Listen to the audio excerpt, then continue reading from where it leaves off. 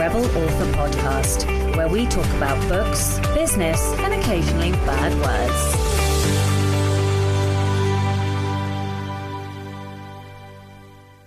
Hello, Rebels, and welcome to episode 206 of the Rebel Author Podcast.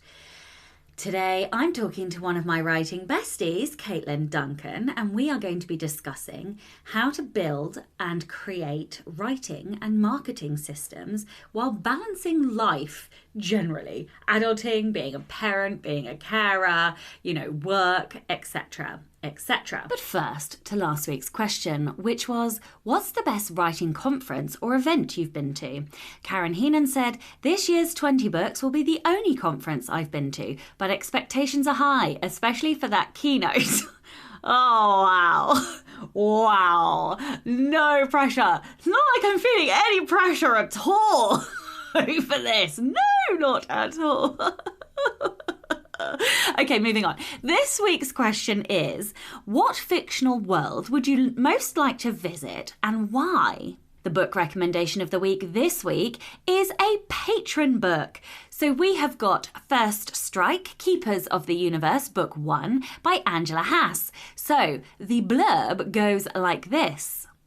A universe torn between calm and chaos. Stella Jane Walsh, New York City's top-rated trauma surgeon, holds an astounding record. She's never lost a patient, until the day she does. In that moment, her world shatters, and she's swept into an adventure that launches her from Manhattan into alien worlds in the far reaches of space.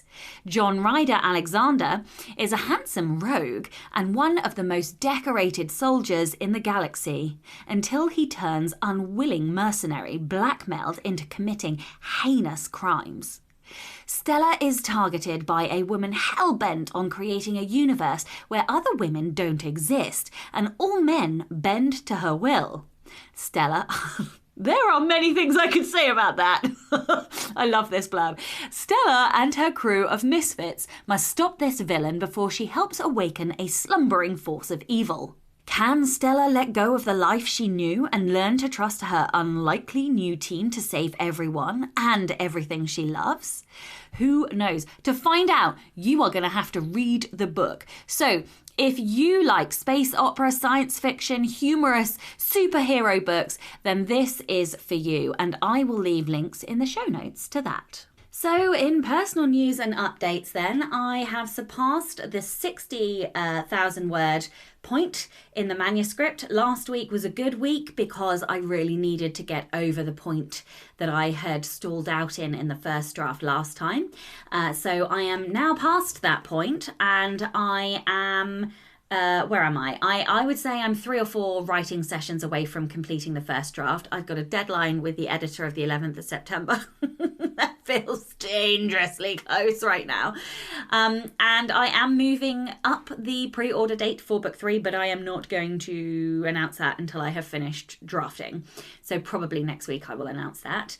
And I also made quite a serious decision this last week that I am not going to be writing a non-fiction craft book this year. I did think I was going to, but at the moment I am very driven by inspiration and the input that I take in, and I have not really input any craft books this year, and I was kind of like, why do I not feel inspired to write non-fiction? I'm like, oh yeah, honey, you've not read any non-fiction this year. So if you have a recommendation for a fun, not too dry craft book, I would love to hear it, because I would like to write a craft book next year. But as I say, I'm all inspired for the fiction at the moment. I am mood boarding and world building for the next series, which I will start on the 20th of November, because I just had to redo my calendar. Ask me why. Don't worry, I'm going to tell you. Because I had a fist fight with reality and I lost. Wow. Yeah, so I'm not quite sure what it is about me, but I do so love to be optimistic about how much I can achieve. And then I kind of looked at how much time there was in September and how many projects I wanted to do. And I'm going to put it down to the thousands of pounds I have now spent on coaching. But Sasha has grown. I have changed. I looked at the calendar and realised that I hate saying this. It fucking hurts me to admit this. But I realised that what was on my to-do list wasn't realistic. Like, what?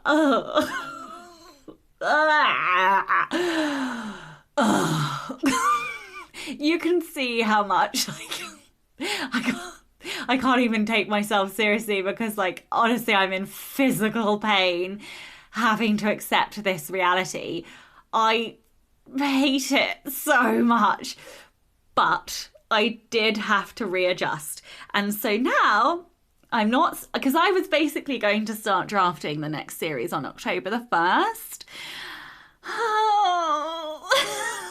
If you could see my to-do list for September, you'd have laughed in my face.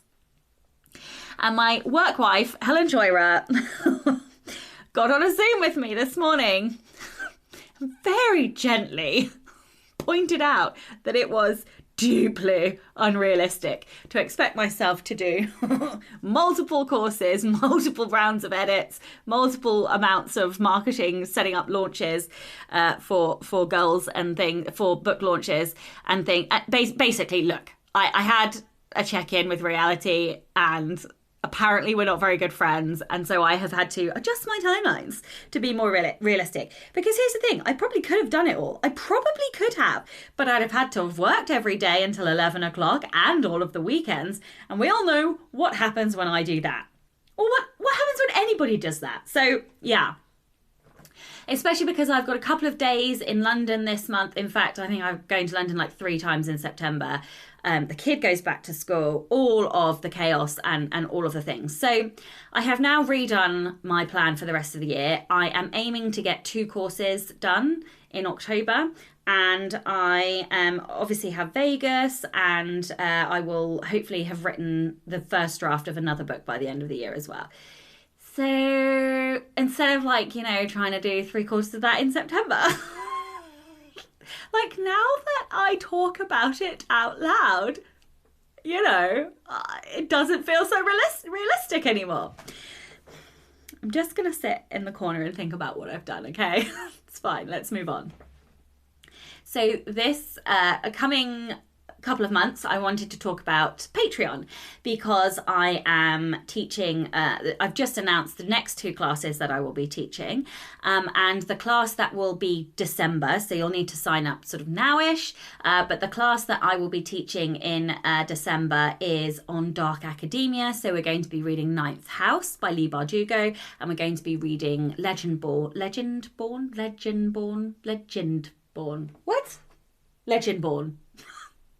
We're going to be reading that book by Tracy Dion, and then I'm going to teach a class and deconstruct all about dark academia. We're going to have a movie night where we watch the first episode of A Discovery of Witches and The Order, and then we have got the romance subplots for the next class, which is in a couple of weeks. And then the first class in January is going to be on hitting #1 on the Amazon bestseller store. So over the next couple of months, I'm not announcing the book yet, but I'm going to be watching the charts. And I'm going to be looking at indie authors who hit Amazon #1. And then what we are going to do is we are going to read 2 of their books together, and we are going to have a class that's not just focused on craft. We're going to have a class that is focused on looking at that author's whole platform. So we'll look at their social media, we'll look at their advertising, we'll look at their backlist, that we'll look at how they structure their websites and the types of content they do. So I'm hoping that that's going to be quite an exciting class. I don't know what genre it will be yet because I don't know who's going to hit in the next few months. So we shall see. So those are the next 2 classes, and I wanted to talk about those because you need to sign up, obviously, a little bit in advance if you want to join them so that you have time to read the books with us. So I'll leave a link in the show notes for you to join up to that. So I think that's it from me, really, because I'm in drafting mode. There's not a lot of exciting stuff to talk about. By this time next week, I will have finished and I will be deep into the edits of this book, trying to get it off my bloody desk. So yes, I'm like getting really buzzy and excited because I'm getting towards the end. And you know how competition loves the finish line. Everybody drink. Okay, let's move on. The Rebel of the Week this week is Liz Lincoln. Liz says, my story for you is about my grandma, who was my role model growing up, for many reasons, including this story. And it has a bit of romance, as I am a romance author. Growing up, my grandma's family was close with another family who had a son her age. It was always understood that when they grew up, they'd get married. But instead of marriage at 18, she convinced her parents to go to college.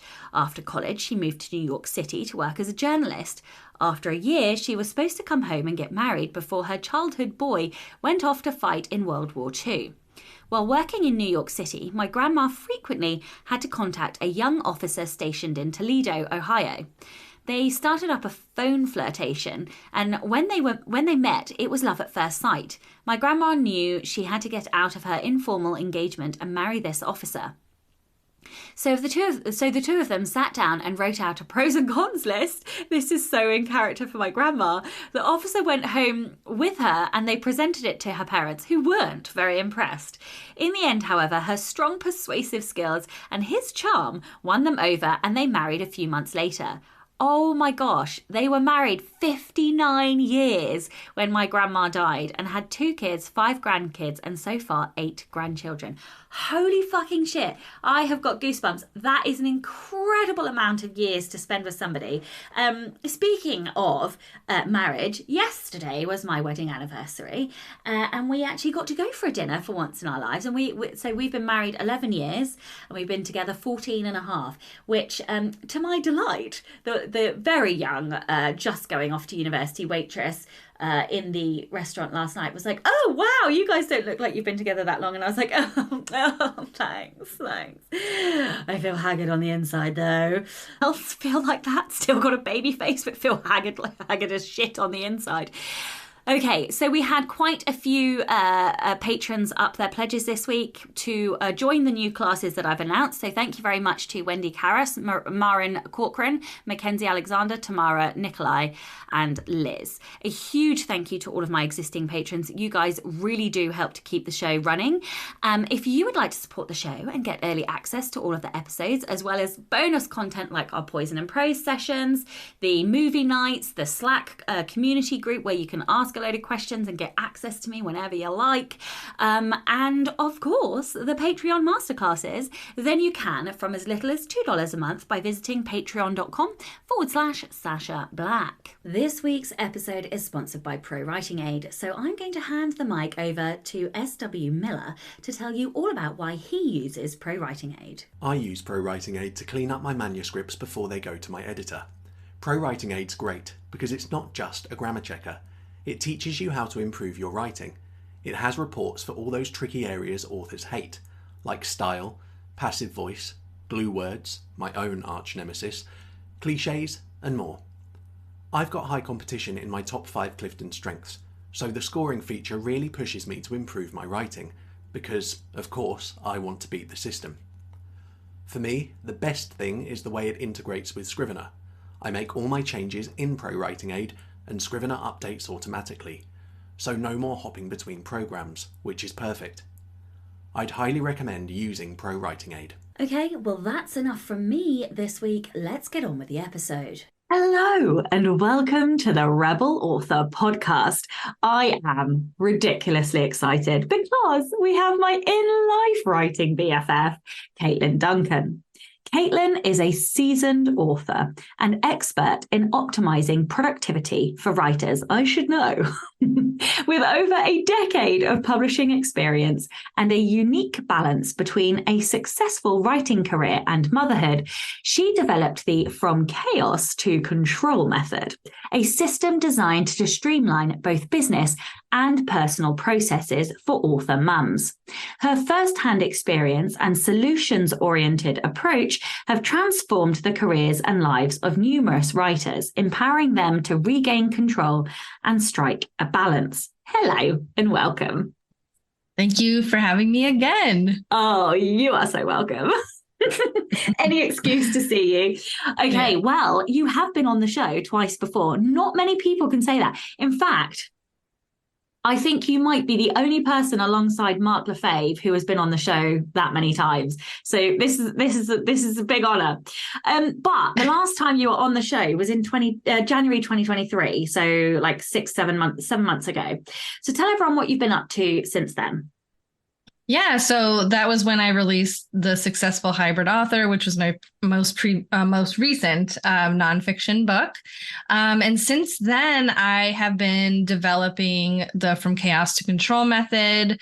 I caught the course bug, and I talked to so many author moms over the last 6 months, and it's been such a great learning experience, and developing a program that has actually helped people is great. So that's basically been all I've been doing since, probably February through June. So it's been a lot. And for listeners who would like to listen to either the hybrid publishing episode, which was episode 174, or the book rights reversion episode, which was episode 100, I am going to link both of those in the show notes. But that's not what we're talking about today. We are talking about systems. So let's start with the basics. What is a system? What does it look like? Why do you think having systems are so important? Why do we as authors and, well, especially author mums, need a system? Yeah, absolutely. So, full transparency, I do suffer from executive dysfunction. So systems have really been a part of my life, just naturally, because I struggle with taking a task and seeing it through. So I believe that systems are important, especially for author moms, because there's so many responsibilities for, you're caring for a family, and you're caring for a home and your creative pursuits. And it's a way to really organize everything, make sure you don't slip up on anything important, and definitely avoiding overwhelm. So having systems in place can sort of take everything out of your brain, give yourself mental clarity.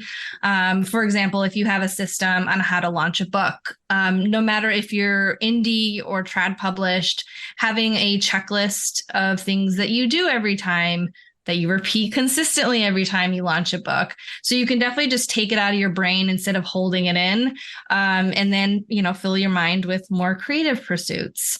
I also believe that systems are really important for scaling author businesses. So it doesn't necessarily have to be at the beginning stages. But eventually, most authors who want to make a career tend to outsource. And when you're outsourcing, there's like a training process typically. And if you have all of your systems in place, then you don't really need to train someone on the minutia. It's more of, giving them the system and then letting them take off. And it takes that pressure off you a little more immediately. Yeah, I love that. I never really thought about the fact that actually you don't necessarily always need a system initially. Like, obviously, if you can create one, great. But actually, that was my experience. I didn't really start creating systems actually until like this year. I think I had some intuitive systems where I'd done things so many times I knew the process, but that's very different to like having a written down system or a process, or like you say, like a task-based list. And that when I got to a certain level in the business and there was a lot of things I was juggling, all of a sudden my brain wasn't such a great repository anymore. Exactly. Exactly. Great place for ideas, not so good for remembering shit. No. And taking things out of your brain is only going to help you with mental clarity and even just mental well-being, physical well-being. You're not stressed all the time trying to hold everything in your brain. So it's definitely not a great storage facility. It's great for creativity. So I recommend at any point, if you can take anything out of your brain, do it. Yeah, 100%. Okay, so can you share some of the key challenges you've encountered in maintaining like your creative practices, business, your work, alongside being a parent and everything else that you've got like going on in your life? Like, how did you overcome? Well, what were they and how did you overcome them? Yeah, so I have two sort of main ones. And the first one was my schedule. So as we know, as moms, as our children grow up, things change. Like our schedules change, sleep schedules change, responsibilities change. So I had to use the techniques that I do teach in my course, such as time blocking, time tracking. Due to my executive function issues, I have time blindness. So sometimes I don't know exactly how long something takes. So I find tracking has been super helpful. And also, drink, because we're going to talk about strengths. Ellie had told me about mini environments, these little focused environments that I just absolutely love, because I'm able to really focus in on whatever task I'm doing in like either a space in my house or somewhere else, or in like a program like Canva, something like that. Like focusing all of my energy at one time has really helped keep to my schedule and keep to my time. And another challenge was my energy. Like, I'm getting a little older. As the kids get older too, they take a lot of energy. And I wasn't really caring for myself the way that I should have. So I don't know anything about that. Yeah. And it's one thing that I try to do daily now is some sort of self-care. Well, refilling is especially important for author moms, because we can't really write books if we don't have any creativity. So one thing that I love to do is create what's called a self-care menu, things that I love to do for self-care, and then also how long it takes to do such activities. So if I say, I have 10 minutes this evening, what can I do? Because also we tend to suffer from decision fatigue. So having everything ready for me is great. And I know it sounds a little restrictive. I feel like I'm being like very systematic, but I think these little things can definitely help author moms. The irony is, like, I love the self-care menu. And for listeners, so Hendrix is Katlyn's cat, and he's very obsessed with something like must be flying around or something that he was. Duchess was in here earlier trying to destroy a fly that had managed to get in, and she just I've never seen a cat obsessed for that long over an insect. But anyway, Random tangent. The self-care menu is fantastic. One of the things when I've just started bullet journaling again, and one of the things I had in my spreads to set up was a self-care list. Guess which one I haven't done. That's part of your self-care, Sasha. Do it as soon as possible. And so this is a random, what can we put on there? Because for real, the things that make a really big difference to me, I suppose, tell me you're tired without telling me you're tired. It's the 13th, but up to yesterday, I'd read 9 books this month. That is just cut and dry. You can tell how tired I am by the amount that I'm reading. But yeah, so what I mean, I can put reading on there, go for a walk. What else? I don't really, what is self-care? How does one do it? Yeah, but what gives you energy? So when you're feeling particularly down, is it exercise? And you can go to a vacation, that could be the longest type of activity, but also, I don't know, eating your favorite treat. Takes 2 minutes. Treating yourself to Starbucks, or going for a walk, or it just depends. It's very personal. If you're someone who does meditation, that could be a self-care activity. But I do recommend having things that are just maybe a couple minutes long, and then all the way up to taking time off to go on a vacation, which I do try to recommend at least yearly for. It doesn't have to be some extravagant thing, but getting away is very important. Yeah, I think that's a really good idea. And you've reminded me that at some point in time, Becca did some energy penny sheets. So I might actually go through and look at each one of my top 10 strengths and try and put down a self-care thing that will generate pennies for each strength. That Absolutely. Okay, you have to hold me to account. I have to do the self-care list. Okay, let's talk about every parent's Achilles heel, which is guilt. Mm-hmm. Yes. Guilt comes up when we try to balance priorities between like creative work and parenting? Like, how can we deal with guilt? Because not only is it like a horrible emotion that we can feel, it can also be paralyzing to us in that we then end up not doing any work and not engaging in the parenting 100% either. And then so we end up in this like limbo land. So, talk to me about guilt. Yeah, I would say probably like the lowest I've felt with like mom guilt is exactly that. You become like paralyzed because moving forward just seems like too much. And I don't believe in like a 50-50 balance between being an author and a mom. It's just not possible. And we have all other responsibilities. But that guilt often it comes from like neglecting one thing or the other. And typically I would acknowledge it. It's never going to go away, I don't think. You may feel guilty about other things, but it's never going to go away.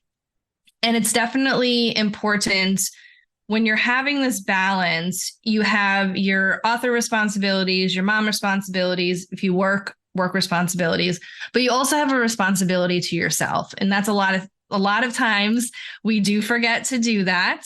Wow. And yeah, I called you out. Wow.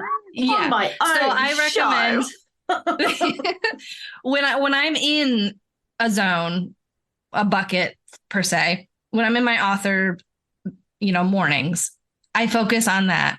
Then it shifts over to get kid to camp, get kid to school, time with kid, so shifting that, touching every part, every bucket, every day will help lessen that guilt a little bit because you are effectively giving energy to each of these pursuits that you find important for your life. Yeah. Okay. Let's get practical. Yes. And let's talk about some examples of how, I keep saying author mums because that's where you specialize, but I suppose systems really apply to anybody. But how can authors get, effectively apply these systems and approaches to both their writing and their publishing? Yes. So I worked with an executive function coach, and this is really what's been super helpful in creating systems and offloading a lot of things in my life are, like I just said, identifying your big buckets of time, whether that's work, being a mom, an author, any of those things. Identify those big buckets and looking at like your values for each of them. If you value family time, that's going to be a larger bucket. Once you have those buckets, then breaking it down even further into tasks and things like that. So say, you're launching a book. What are those big tasks you need to do under your author bucket? So you do a cover reveal, social media. If you're an indie, you do distribution and production of the title, and then go even deeper. So how do you do a cover reveal? Well, you have to get the cover, and then you have to, put it on social media, stuff like that, and just keep breaking it down. And then you have a system in place. And in that process, you're just unloading everything from your brain, and you're able to, focus on one thing. And then when you do a cover reveal again, it's right there for you. You don't have to forget anything, and you can actually work through it a lot faster when you're in that sort of focus time. So that can look like, checklists, a very simple checklist. You don't have to go, I know there's all these apps out there that can do a lot of these things, but a simple checklist. A lot of mine I do in Google Docs. I make sure to put links in there. I always find myself looking for links. So if I put it in my system, that's super helpful. If you want to take screenshots, a video recording, Loom is a great tool. So these are all different ways that you can, practically set them up. You've made me realize that I do actually have a system, but because a lot of the time when we talk about systems, we talk about marketing, but you've made me realize that I do actually have a system for drafting as well. Ellie made me do this. And it's because I'm a bitch to my green strengths, and I never, ever give myself enough thinking time. But actually, I've got a big checklist of all of the things that I have to do, that some of them seem trivial, but they're really not, before I start drafting. And so some of the things include like looking in coffee table books, making sure I've got a photo of the characters, deciding what their strengths are. What else do I do? Like spending time on Amazon, creating a marketing, like comp author spreadsheet. Like all of these things are things that I so struggle with accepting that they are work and the important work. But all of these things go together. Like it's crazy that the last few days I've allowed myself to do this. Like I've allowed myself to look up like vampire myths and like shit like this and done the marketing stuff. And all of a sudden, like ideas are coming to me, like lo and fucking behold, you follow the system and it fucking works. Like, yes. For God's sake, of course it works. So yeah, you have actually made me realize that I should probably stick to the system that I know works. Like, anyway. Well, yeah, I mean, and when you get to starting another book, having that there, you'll be able to just dive right in instead of being like, oh, what do I normally do? Or if you felt super overwhelmed by the process of writing a book, it's already there for you. Your past self did it. And then you just dive right in, read books, research, stuff like that. Yeah. And it is a reminder that those bits that don't feel like work are actually work. Otherwise, I end up in the position where I've got to throw away 20K because I've written the wrong thing because I didn't give myself enough time to do the brain work so that I can then vomit out the draft.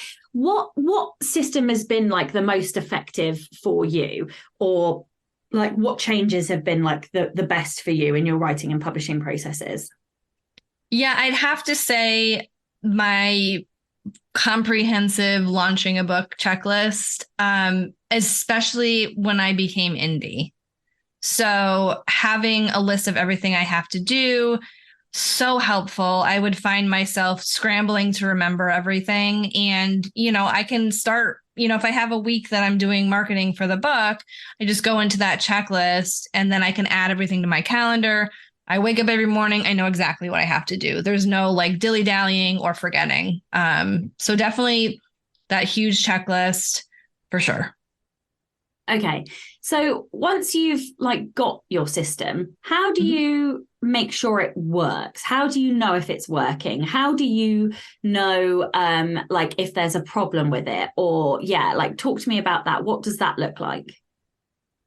Yeah, for me, it's more of a feeling. So if I'm working in a system and I feel frustrated, overwhelmed, skipping around, so that could mean that it's either not robust enough if you're feeling like sort of negative emotions. And if I'm skipping around, there may be steps that I don't need to do anymore, or they're just already like in my brain.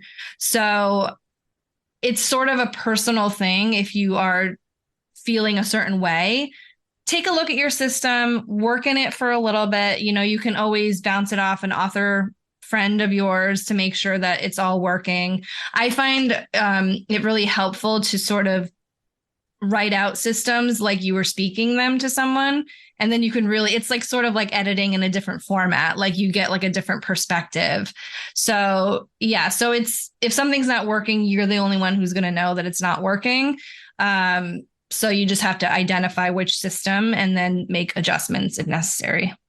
And do you that's not an audit, right? Like you call that an audit or okay. Yes.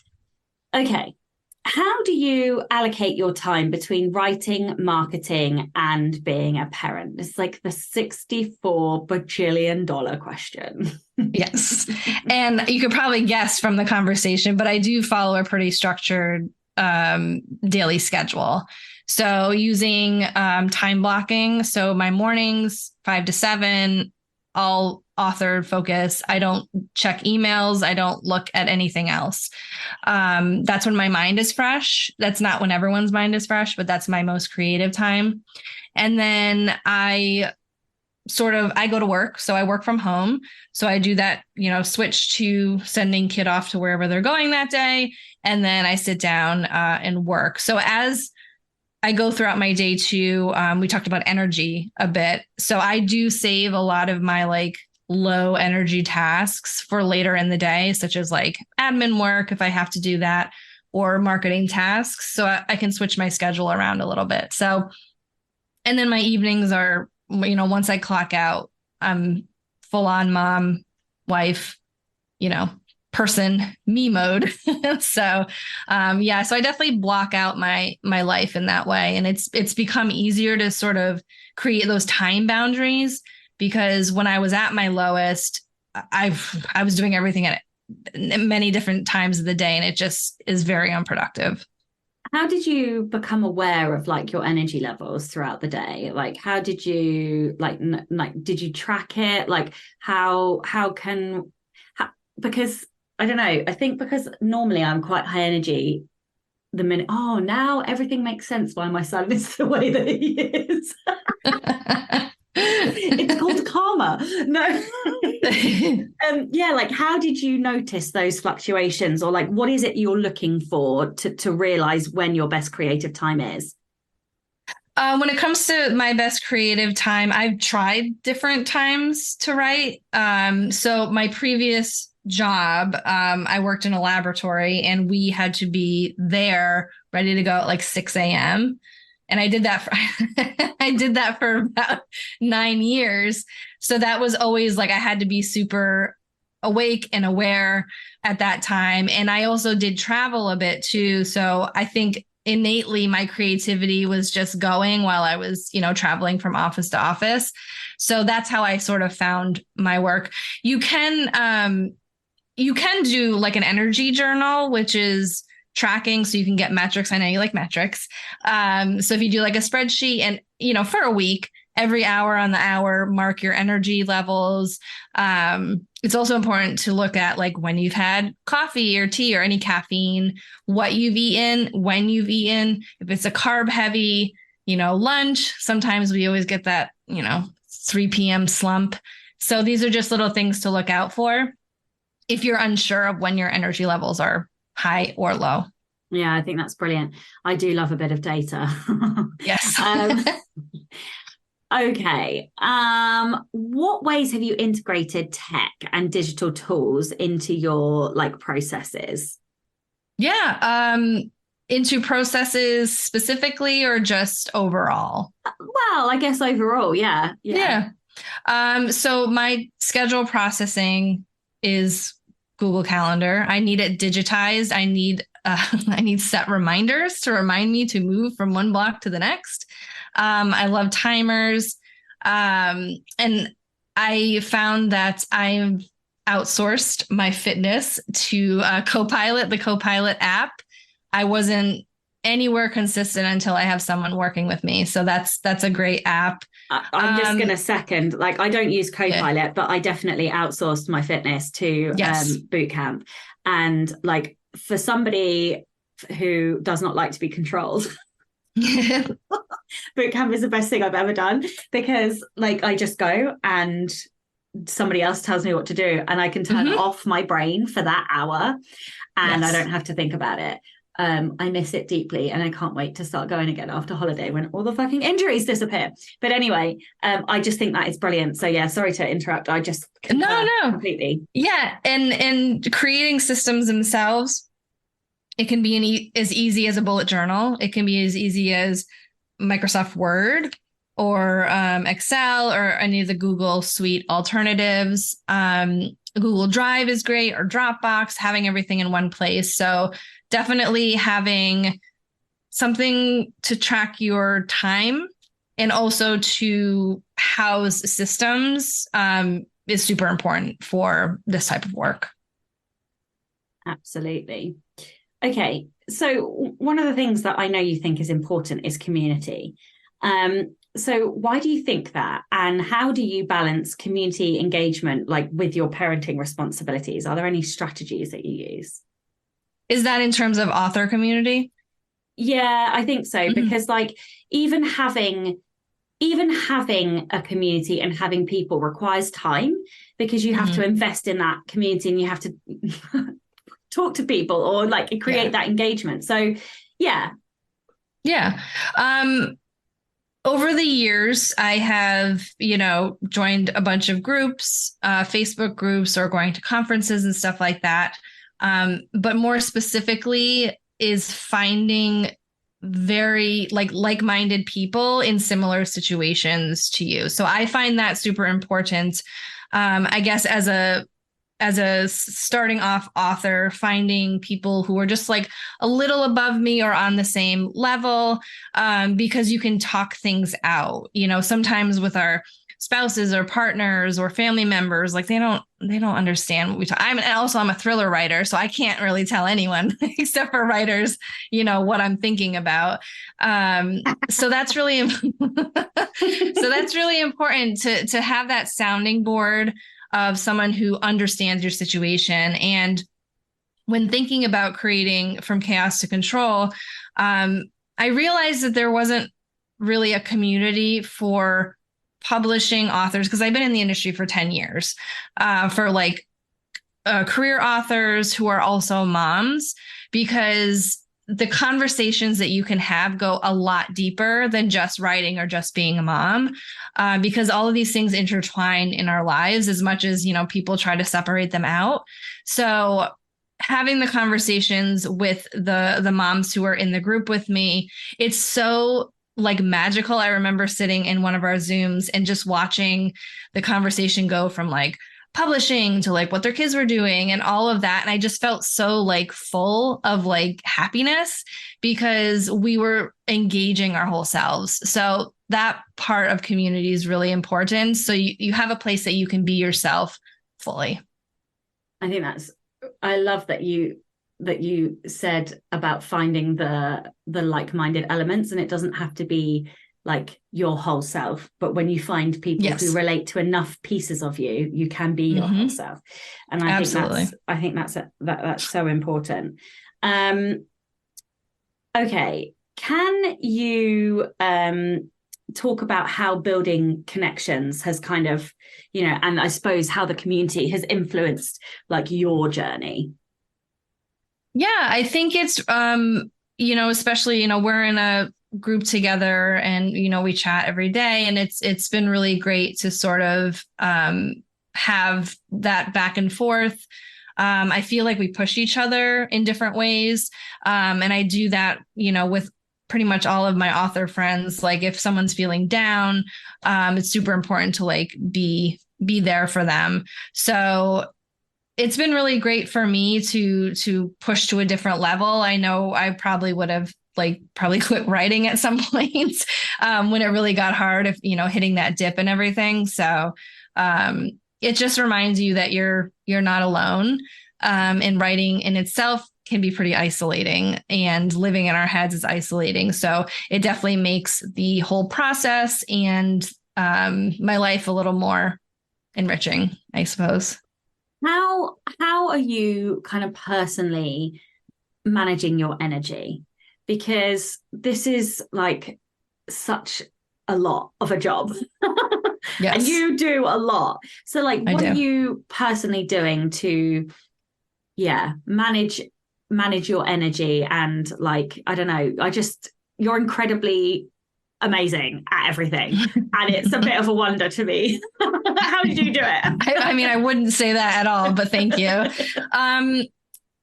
For me, it's really about boundaries, and those are time boundaries and like people boundaries. I was talking to my therapist when I was in a particularly low spot, and, you know, she asked me like what my values were. And of course I cried. I don't even know why I cried, but it was like one of those things that like no one's ever asked me what my values are. And from that conversation, I started to think about it. And now anything that doesn't align with my values, I just don't do, or I say no. Any commitments, because I was, you know, I'm a recovering chronic people pleaser. So that's when I feel like a lot of moms can get really down, is when they say yes to everything. And you're basically saying no to yourself when you do that. So yeah, that's how I manage it. Boundaries, 100%.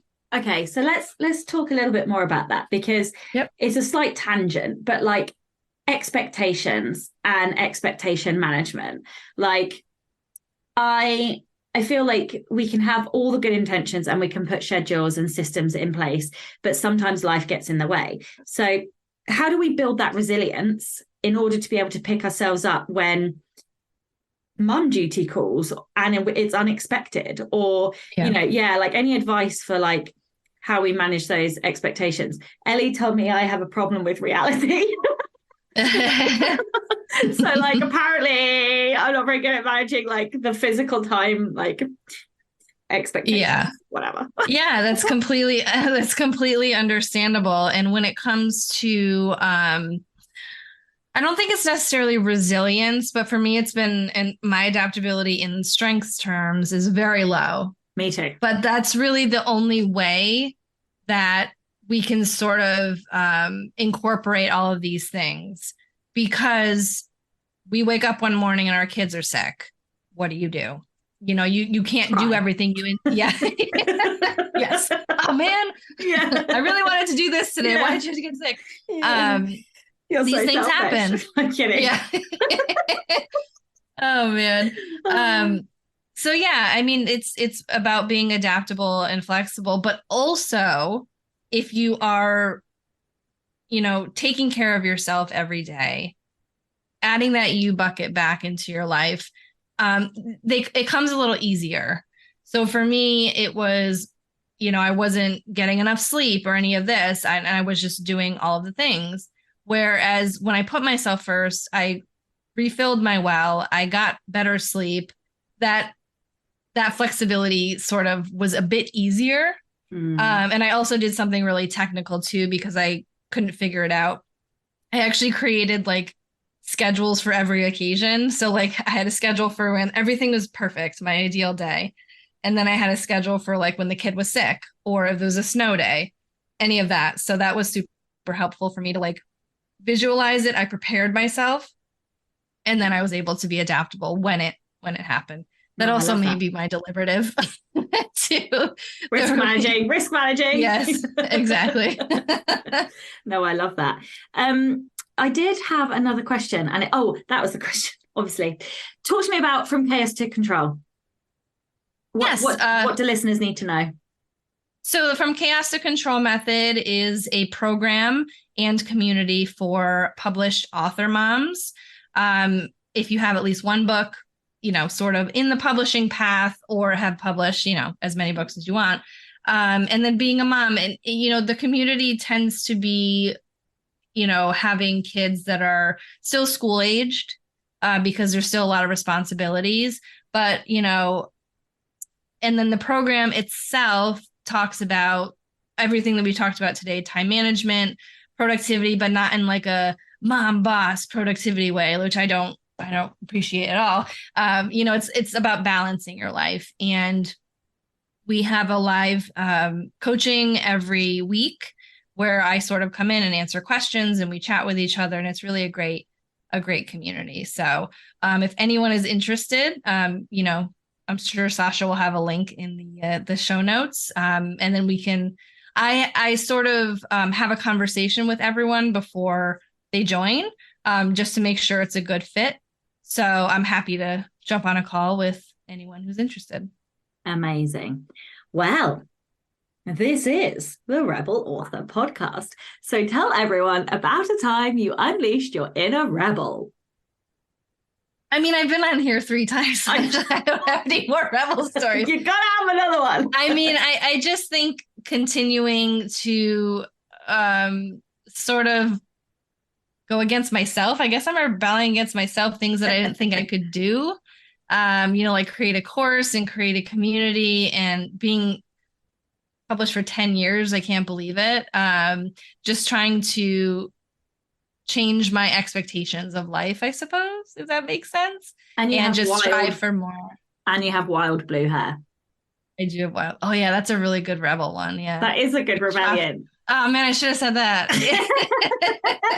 I chopped all my hair off and I dyed it blue. Yeah, that's a pretty damn good rebellion. Yeah. Okay, well, tell everyone where they can find out more about you, your books, the course, anything else that you'd like to add. And of course, I will put all of that in the show notes. Yeah. Anything about my books, my social media is on my website, KatlynDuncan.com. Anything about the course is from chaos2control.com. And the 2 is the number 2. Amazing. Well, thank you so much for your time today. And of course, a gigantic thank you to all of the show's listeners and all of the show's patrons. If you would like to get early access to all of the episodes, you can do so by visiting patreon.com/Sasha Black. I'm Sasha Black. You are listening to Katlyn Duncan, and this was the Rebel Author Podcast. Next week, I'm talking to Emma Rose all about how to use settings to enhance your romance, subplots, and romance stories. So join me next week for that. Don't forget to tune in and subscribe on your podcatcher. And when you have a moment, please leave a review.